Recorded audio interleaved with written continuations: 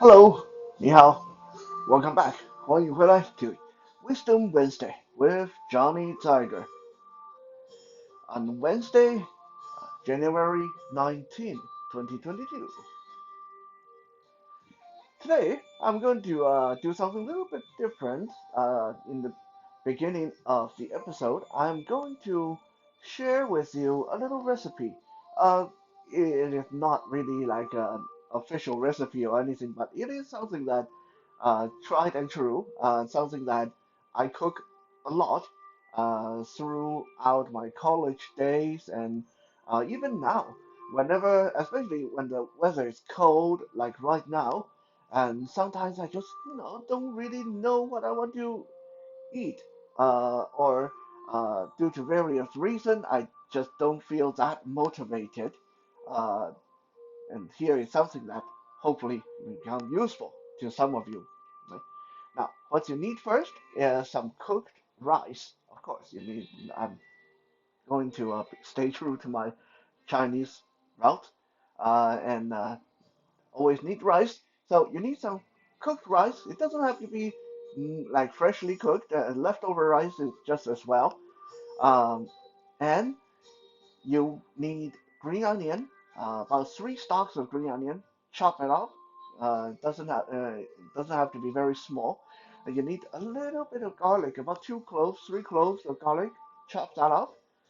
Put that all together with the chopped up green onion.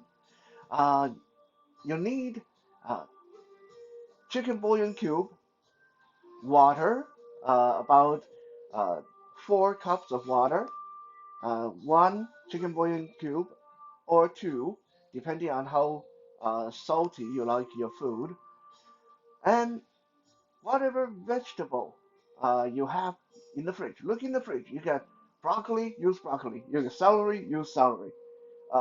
And whatever meat you have, chicken, meatball. I like to do this with meatballs. I buy those frozen meatballs and usually throw about 20 of them in this. But you can use pretty much any kind of meat for this. Uh, so what are we doing? We're going to bring the water to a boil in the pot, throw in the chicken bouillon cube, and stir it until it is dissolved. Uh, and then you throw in the chopped up green onion and garlic, um, and let it cook for about a minute. You will know when it's ready to move on when you start to smell that really nice smell of green onion and garlic cooking in the broth. Keep stirring, and then this is when you put in the meat, meatballs, chicken. It doesn't matter, raw, cooked, it will all work just the same. Of course, if you are using pepperoni, I don't recommend it. This is more for something that you would find in a Chinese food dish. So, yeah, you do it at your own discretion. Um, let's stick with meatball for now. Like I said, you can use any kind of meat, but not always going to taste exactly the same, of course. So put the meatballs in there, turn the heat down to medium, cover your pot, and let it cook for 13 to 15 minutes. After it is cooked um, uh, for that amount of time, take off the lid, toss in the vegetable of your choice: asparagus, broccoli, green bean. Green bean is really, really good for this.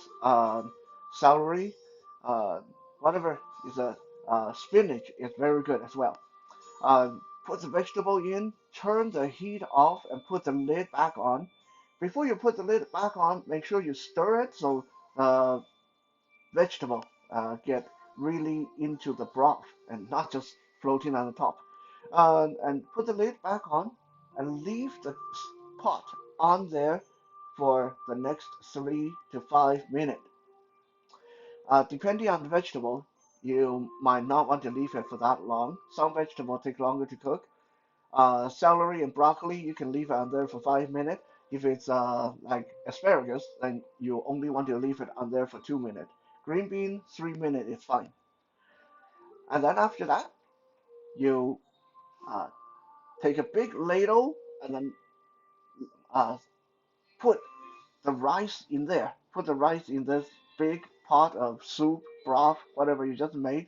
Mix it all up, and then enjoy yourself. If it's not salty enough, add some soy sauce. If it's not spicy, you want the spicy, add some hot sauce. It sounds like slop, and it looks like slop. And yes, I even call it slop. Sometimes when people ask me what did you have for dinner, I said slop.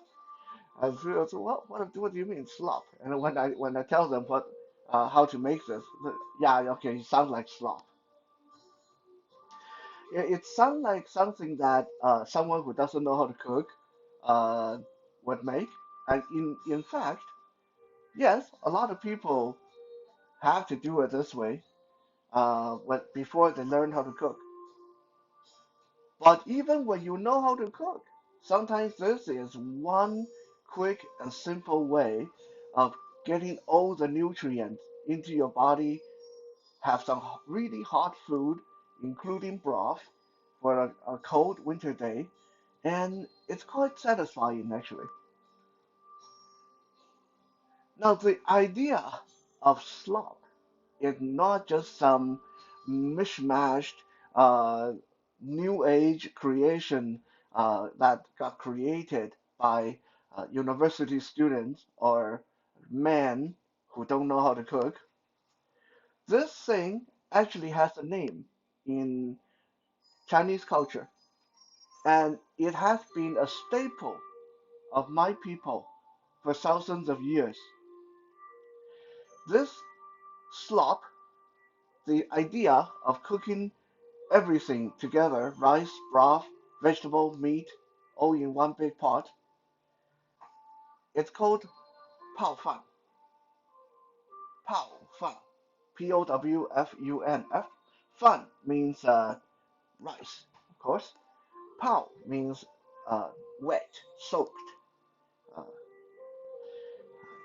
So pao fan basically means wet rice or uh, soup rice. You can even translate it that way.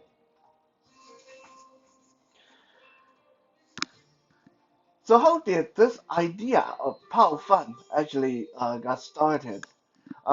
Initially, like I said, my people have been doing uh, things this way for a long, long time, thousands of years.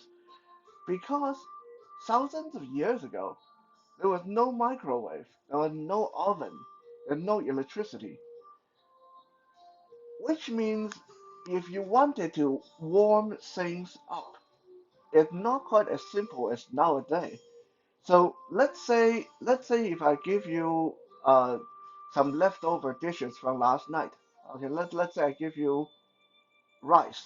You have some leftover rice, and then you have some leftover stir-fried vegetable, and then you have some leftover stir-fried uh, or chicken, compound chicken.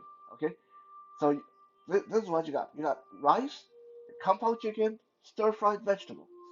What are you going to do with the next day? Like, let's you get up in the morning, you're hungry. It's not like you can just go out and go to McDonald's. It's not like you can just put these in the microwave. You got to go out and split the wood and chop wood, bring the wood back in, and then put them in the hearth, and then you got to put the uh, put the pot or pan on the fire, and then do your cooking like the good old-fashioned way, right? How would you then warm these things up if you say, okay, I just want rice, compound chicken, and stir-fried vegetable like last night? Well, then sorry, you need to warm them up separately. You need three different pots. You need a pot for the rice, you need a pot for the vegetable, and a pot for the compound chicken, which means it's a lot of extra work. By the time you are done cooking, it's like dinner time already, right? You just spend the whole day without getting anything else done. You're just too busy trying to warm up this leftover food. So people back then didn't have a lot of resources or time. to waste. So what they did was they put a big pot of water on the hearth, on the fire, make that boil, bring that to the boil, add in salt and pepper and a little bit of oil and soy sauce, and then they dump in everything that's left over, cook it all together, eat it, and then they can get on with their day. So the idea of Pao Fan has been around for thousands of years. For my people, it's what poor people ate, it's what middle class people ate. It's a way to have a quick and satisfying meal, use up all your leftovers, and then get on with your day.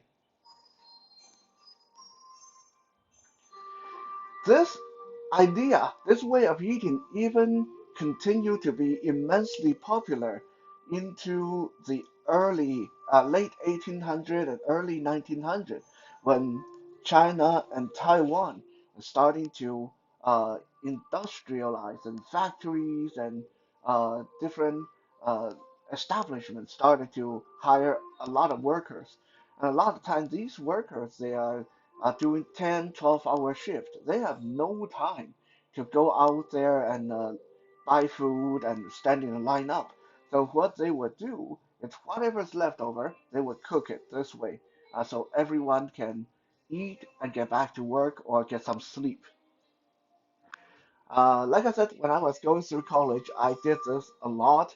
Uh, and in fact, now that I uh, am sometimes just so busy with work, and by the time I finish everything, I'm too tired to stand in front of the stove and get creative.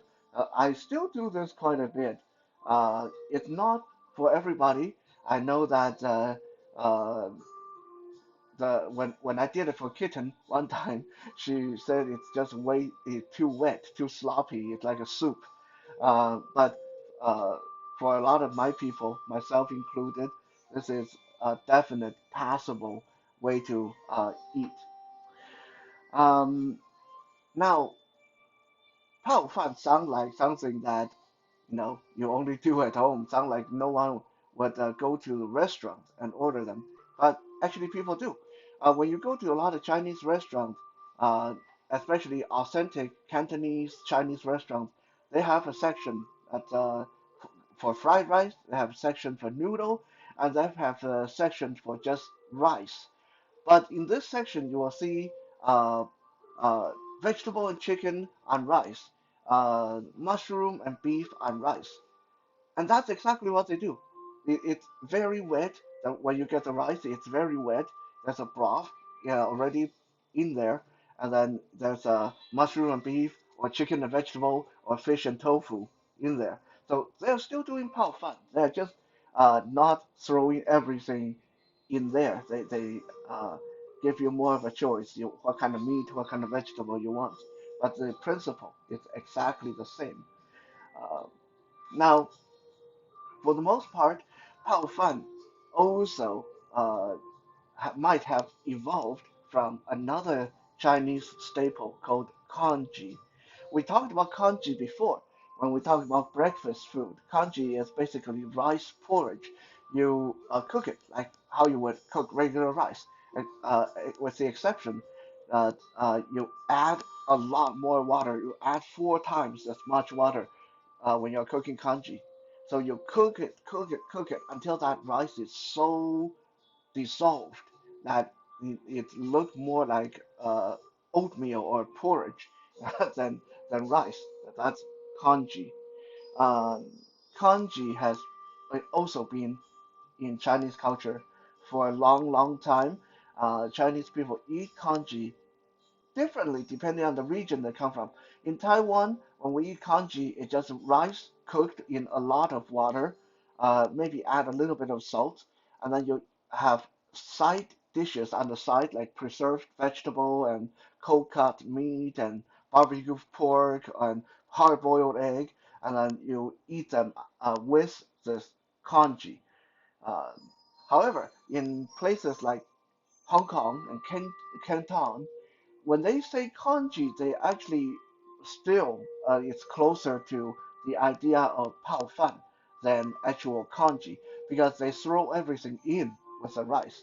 When they cook congee, they have uh, green onion and salt and garlic and ginger and shrimp and crab and whatever you can put in there. So it's their idea of congee in Hong Kong and that part of China. No matter if it's Pao Fan or congee, it's generally considered to be cheap food, poor people's food. Even when you order them in restaurants, they're usually on the cheap end because it's just rice, water, and whatever other stuff you want to throw in it. Not It's nothing fancy. You don't need to uh, really know what you're doing. Um, However, if you go to China and you see something called tea rice or tea congee or pao cha fan, that's how they call it, pao cha fan. That suddenly take the whole idea of pao fan to an expensive, extravagant level. And all that's different is they replace the water with hot Chinese tea. Ha! Now isn't that weird? They put Chinese tea, they cook the rice in Chinese tea, and then put vegetable and meat in it. Uh, Sound totally disgusting. I know. I never even had that myself. It's something a little bit uh, out of my price range because this is, like I said, more in the extravagant delicacy category of things. Um, as weird as this sound, cooking rice in Chinese tea, it is again not totally without principle. When we think of making tea nowadays, let's stick to Chinese tea. When we think of making Chinese tea, most of us know how it works. You put tea leaves or a tea bag in the cup or in a teapot, and then you pour boiling water over it. That's it. That's it. Like even when you watch it in kung fu movies, in martial art Chinese movies, that's how they do it. You take a teapot and then you put tea leaves in there and you pour hot water, boiling water over it. But that idea of making tea has only been practiced by Chinese people since the last uh, 400 years or so, and not until after the Ming Dynasty. As far as historical records go, prior to Tang Dynasty, so roughly uh, 900, 8 to 900 years ago, and actually, let me rephrase that. Uh, Prior to 18 to 1900 years ago, there we go. Um, so almost 2,000 years ago, and all the time before that, Chinese people didn't drink tea. When you had tea in China 2,000 years ago, they said they eat tea. They didn't drink tea. Back then, people prepared their tea very different from how you do it nowadays. They didn't just pour boiling water over the tea leaves. They took a tea leaf, they boil a big pot of water, throw the tea leaf in, add in the ginger and the onion and the garlic and soy sauce and all that stuff, and then they ate it like that. So back then, people cooked their tea like soup, right? So when you see kung fu movies that show people back then drink tea like how they would today, that's a total error. They didn't do that 2,000 years ago. They had their tea more like how they would do clam chowder or soup. Uh, it wasn't until later, about 1600 years ago, so 300 or 400 years later, after the Song Dynasty, that people started to change their preference for tea. They no longer liked salty, savory soup style tea, rather than instead they started adding fruits, flower petals, and berries to the tea. So between Song Dynasty, which was about 15, 1600 years ago, all the way up to about 400, 500 years ago. So there's a good 1,000 years in there. Chinese people's idea of tea was we boil this tea leaf in a big pot of water and then we add fruit or berry or nuts or flower petal to it. So they had like a sweet, very dessert like uh, uh, beverage. And it wasn't until, like I said, the Ming Dynasty about 400 or 500 years ago that Chinese people started to finally just use regular water and tea leaf and drink it like the way we know Chinese tea to be enjoyed today. In fact, depending on which part of the China you go to today, you will still see the kind of tea that if you didn't know what you were getting, it may take you totally by surprise. Okay, so I'm going to save you some embarrassment. This tea is called Guan Guan Cha. Guan Guan Cha. Cha, CHA means tea. Guan Guan Cha, uh, which doesn't mean anything if you just take it by what it sounds like. Guan Guan Cha basically translates as bottled tea. But if you try it, it's salty. It's like bottled soup, bottled broth. And you may go, ew, what the heck is this? They messed up. No, they didn't. This is how Chinese people used to do tea 2,000 years ago. The parts of China that still hold to that old tradition today. So you see, they used to cook tea like soup, and then of course combining that with rice was very logical back then. So the idea of combining tea with rice now is nothing new. Almost nothing we do today is totally new. I would say the world goes like a big, ever grinding wheel. What went around will always come around again, eventually. Thank you for checking out today's Wisdom Wednesday. After this episode, maybe you can try my little recipe and try some slop and let me know if you enjoy it or not.